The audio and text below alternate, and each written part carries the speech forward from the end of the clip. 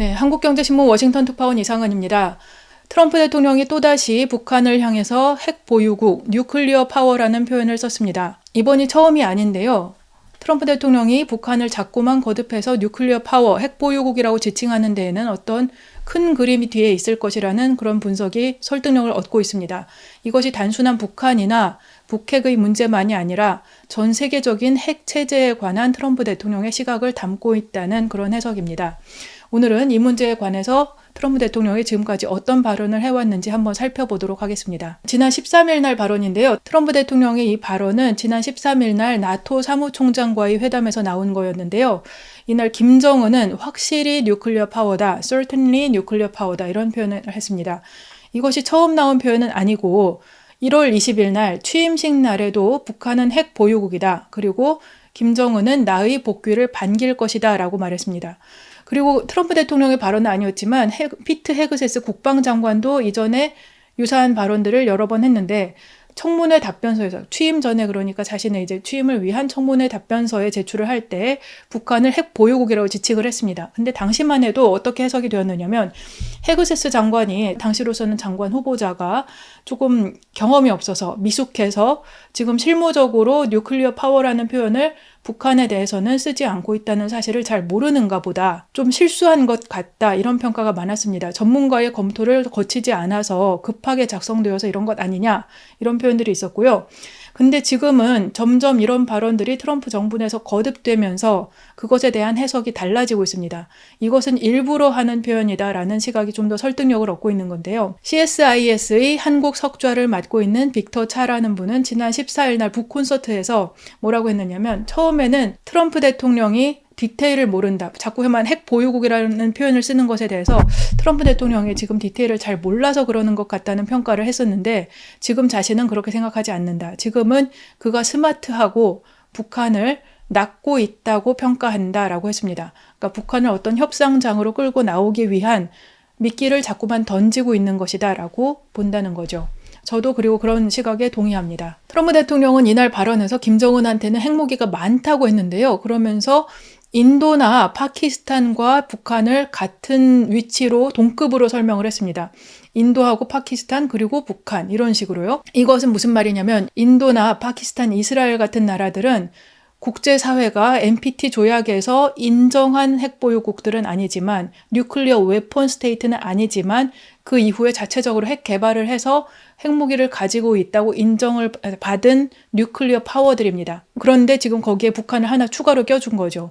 인도, 파키스탄, 이스라엘하고 북한을 같은 급으로 언급을 해준 것은 북한으로서는 지금까지 본인들이 굉장히 바래왔던 바로 그 지위를 획득하는 그런 길이 열렸다는 뜻입니다. 사실상 미국만의 인정으로 그것이 바로 된다고 할 수는 없지만 일단 트럼프 대통령이 인정한다면, 미국이 인정한다면 다른 나라들이 이것을 인정하는 것은 어차피 시간 문제가 되기 때문에 북한으로서는 자신들이 그동안 정말로 바래왔던 것을 어떤 선물을 받게 된다는 그런 의미를 가질 수 있겠습니다. 네, 왼쪽에 보시고 있는 지도는 Arms Control Association이라고 하는 곳에서 각국의 핵무기 보유량이 어느 정도 되는지를 분석한 것입니다.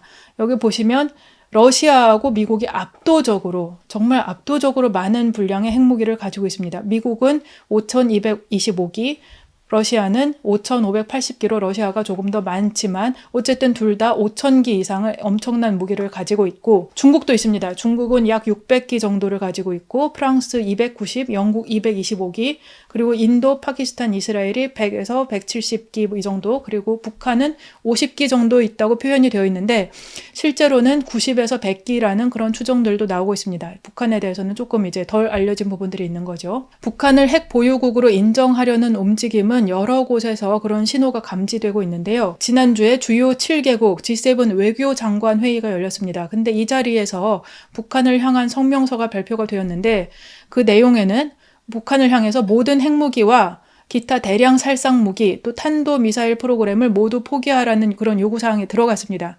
하지만 한 가지 빠진 것이 있었는데 빠진 부분은 CVID라는 부분입니다. 완전하고 검증 가능하며 불가역적인 방식으로 핵을 포기하라는 원칙이 매번 들어갔는데 이번에는 빠졌습니다. 지난 2월 달까지만 해도 들어갔거든요. 뮌헨 완보 회의 때에는 CVID가 표현이 되었는데 이번에는 빠진 것은 거기에는 어떤 의미가 있지 않는가 이런 해석이 나오는 거죠. 북한이 핵을 보유하고 있는 상태를 인정하려는 그런 트럼프 정부 안의 움직임과 관련이 되어 있지 않은가 하는 그런 해석이 나오고 있습니다. 네, 지난 14일 빅터 차 한국 석좌가 북콘서트에서 이런 이야기를 했습니다. 트럼프는 북한 비핵화에 집중하고 있다고 자기는 생각하지 않는다. 그러면서 왜냐면 트럼프는 일단 실용적인 사람이고 그리고 북핵의 프로그램의 크기를 감안할 때 그걸 모두 다 포기시킬 그런 방법은 없다고 생각한다는 겁니다. 일단 핵무기를 이미 50기, 또 적게는 50기, 또 많게는 100기까지 이렇게 가지고 있다고 생각한다면 그것을 갑자기 어느 날 북한이 전부 다 네, 알겠습니다 하고 다 폐기하는 그런 상황은 있을 수 없다는 거죠. 그렇기 때문에 북한에 대해서 비핵화를 끝없이 요구하는 것보다는 현실적인 협상을 원할 것이라고 생각한다는 게 이 빅터차 석좌의 발언의 취지였고요. 그리고 북한에 대해서 트럼프의 생각의 틀은 비핵화에 집중되어 있는 게 아니고 우크라이나 전쟁에 집중되어 있을 것이다. 그러면서 지금 우크라이나에 북한군이 파병되어 있는데 평화협정의 일부로서 그 지원을 중단하기를 원할 것이다. 이렇게 말했습니다. 트럼프 대통령이 전 세계 핵무기에 관해서 그리고 있는 첫 번째 그림은 러시아와 미국과 중국이 함께 핵무기를 줄이겠다라는 것입니다. 그런 의지를 여러 번 밝혔는데 지난 2월 14일에도 나왔고 이번 3월 13일 기자회견에서도 여러 번 언급을 했습니다. 이번에 13일 날 한 얘기는 뭐냐면 러시아와 중국의 핵무기 수를 줄일 수 있다면 그것은 나의 멋진 성과가 될 것이라고 말을 했고요. 또 우리라고 할 때에는 이 전 세계의 핵무기가 너무 많다. 너무 많은 무기를 가졌고 그 위력도 너무나 크다. 라는 이야기를 했습니다.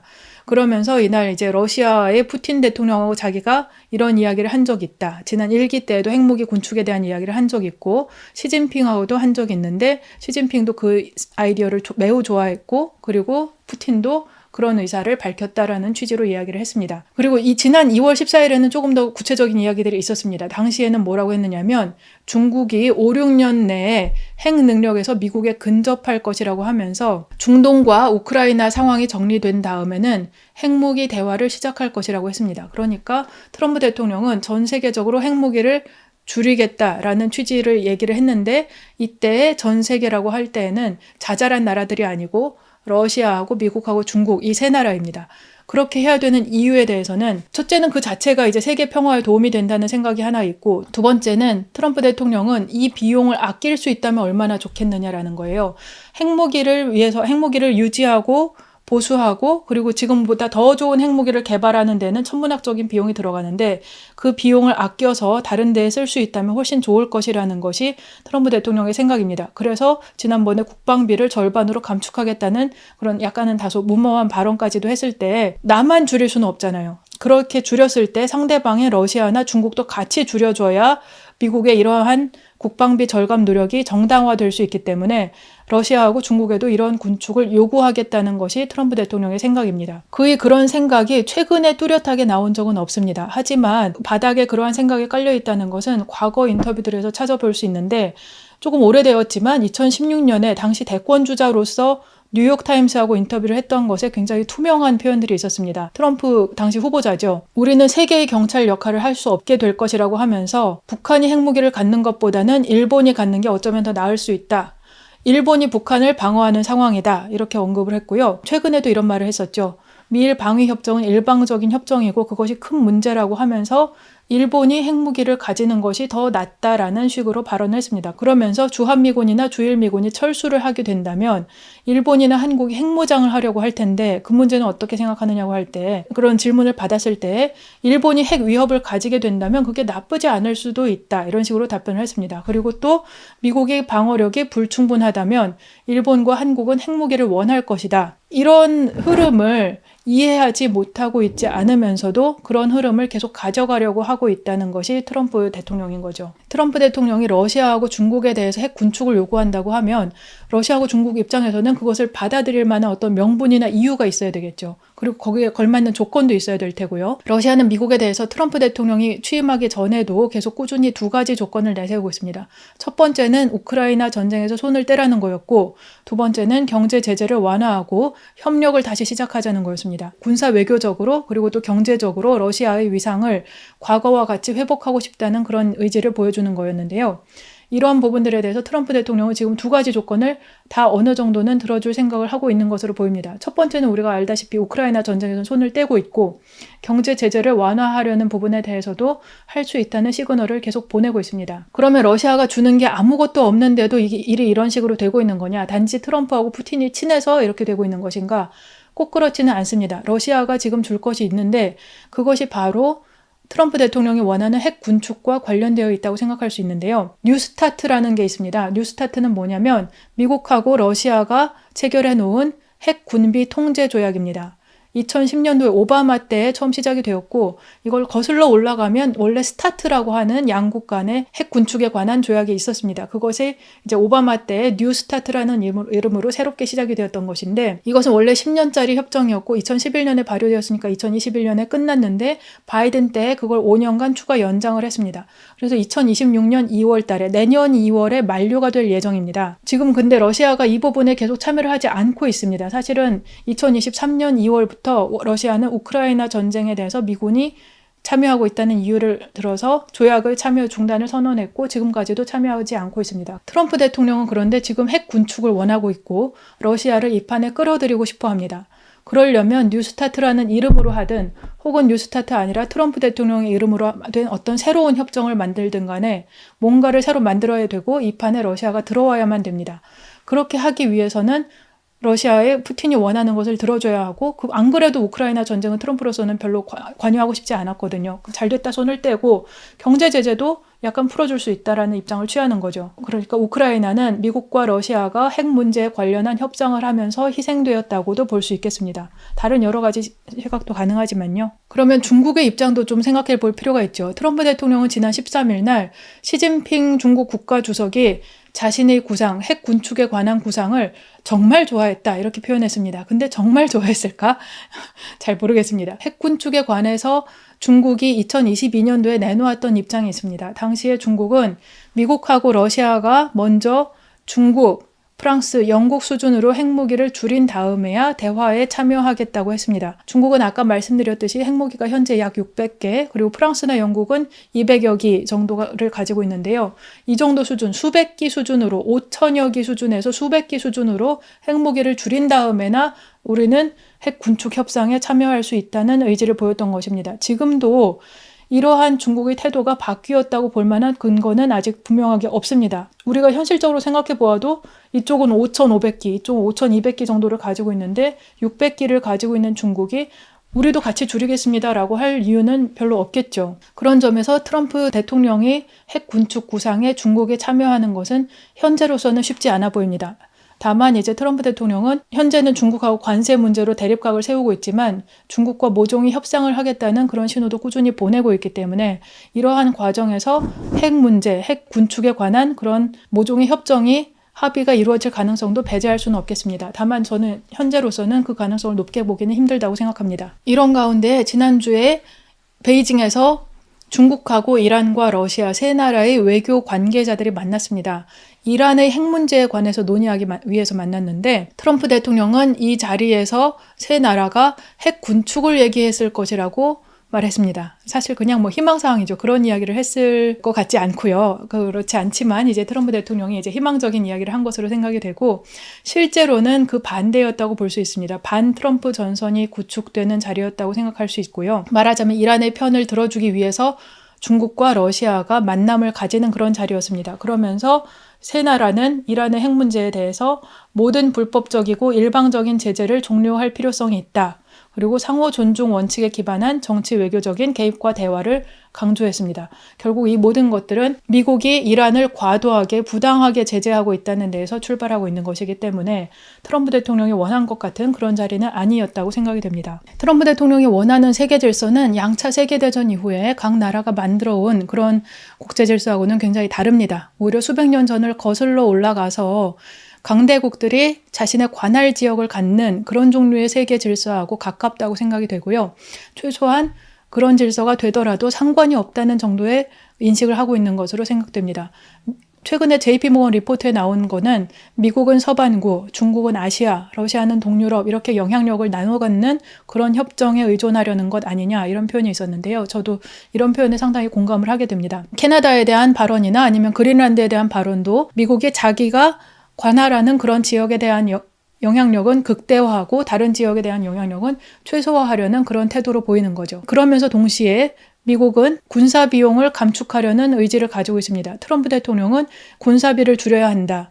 그리고 그러려면 핵무기를 통제해야 된다는 그런 생각을 가지고 있고 자신과 함께 세계를 나눠서 운영하게 될 러시아나 중국에 대해서 그래서 핵 군축을 요구하고 있는 것으로 해석이 됩니다. 트럼프 대통령은 그러면서 그보다 작은 나라들에 대해서는 너네 나라, 너네 지역은 너네가 지켜라라는 메시지를 보내고 있는데요.